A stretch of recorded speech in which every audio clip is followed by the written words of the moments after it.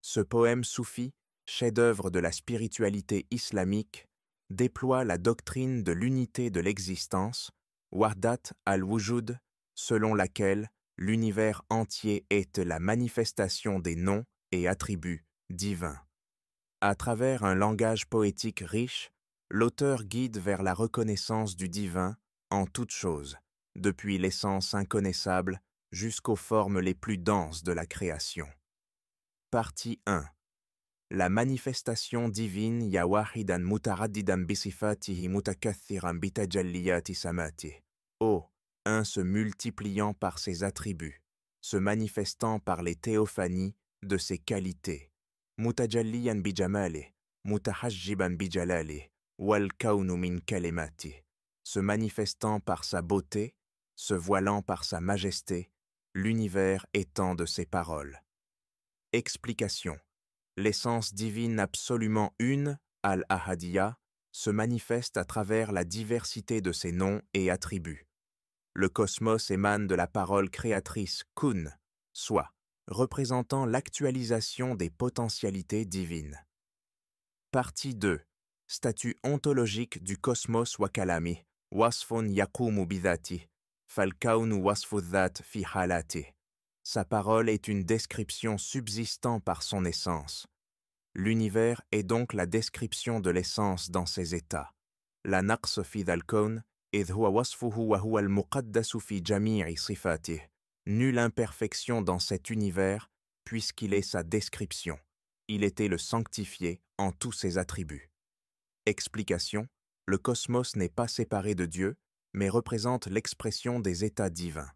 Toute existence est nécessairement bonne en tant que manifestation divine. Partie 3. Miséricorde universelle.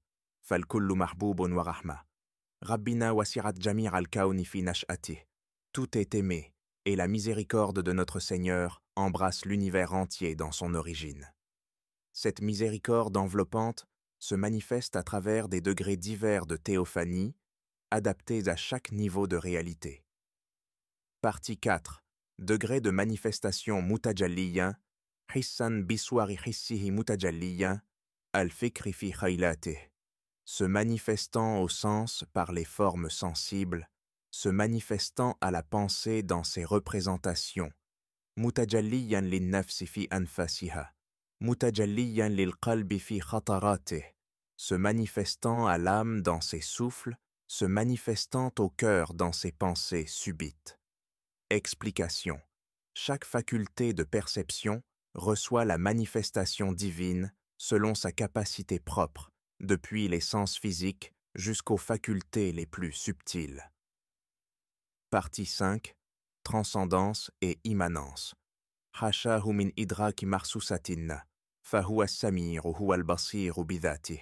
Gloire à lui d'être saisi par nos sens. Il est l'ouïe, il est la vue par son essence. Cette transcendance absolue trouve son miroir parfait dans l'homme universel, synthèse de tous les attributs divins. Partie 6. L'homme parfait, hiya suratul insan, hadratu sha'nihi majmu'u sirrillahi fi hadrati.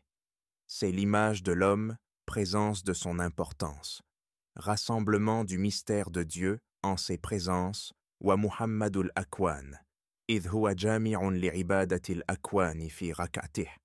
Et Mohammed des univers, lui qui rassemble l'adoration des univers dans ses inclinaisons. Explication. L'être l'humain parfait, al-insan, al-kamil, représente le lieu de manifestation complet où tous les attributs divins se reflètent, avec le prophète Mohammed comme archétype universel. Partie 7. Fonction du guide spirituel. Shaykhi hamahullahu sharra ibadihi wa biladeh wa ra'ahu tula hayati. Mon cheikh, que Dieu le préserve du mal de ses serviteurs et de son pays, et qu'il le garde tout au long de sa vie. Wa huwa shafir, fama siwahu shafiruna. Wabnu le shafi. Il est l'intercesseur, nul autre n'est notre intercesseur, et le fils de l'intercesseur, sur lui, aux prières. Explication. Le maître spirituel perpétue la fonction prophétique et constitue le canal nécessaire pour recevoir les influences spirituelles. Conclusion Alfu min al-alaf ay min fatihin madroubatan fi addi marloumati, 1000 milliers, c'est-à-dire d'ouvertures innombrables, dans le décompte de ses connaissances. Synthèse finale. Ce poème nous guide progressivement de la contemplation de l'essence divine vers la reconnaissance de sa présence en toute chose. Il établit un pont entre la transcendance absolue et l'immanence universelle, en montrant comment l'être humain, particulièrement à travers la figure du prophète et des saints, représente le lieu de synthèse où l'unité divine se reflète dans la multiplicité créée. La voie spirituelle, sous la direction d'un maître authentique, permet de réaliser concrètement cette unité fondamentale de l'existence.